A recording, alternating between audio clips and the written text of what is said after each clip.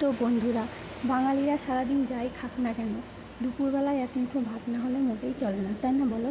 তাই দেখো, আমিও চলে এসেছি আর কি দুপুরবেলায় আমার ভাত নিয়ে। তো এই দেখো, আমার ভাতের মেনুতে আজকে আছে শাক, কুমড়োর শাক, ভাত, আলু দিয়ে মাছ দিয়ে ঝোল, আর আছে টক। এই হলো আজকে আমার দুপুরের ভাতের মেনু। আর এই দেখো, একটা কাঁচা লঙ্কা নিয়েছি, টকের সঙ্গে কাঁচা লঙ্কা হলে জমে যায়।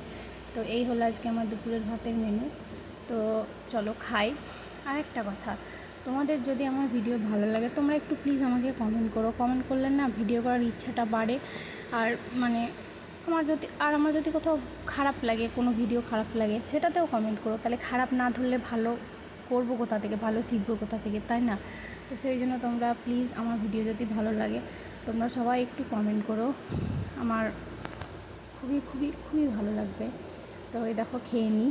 আর এই কুমড়ো শাকের এই ডাঁটাগুলো চেবাতে না খুব ভালো লাগে। কার কার ভালো লাগে সবাই একটু কমেন্টে জানিও প্লিজ। চলো বন্ধুরা, টাটা।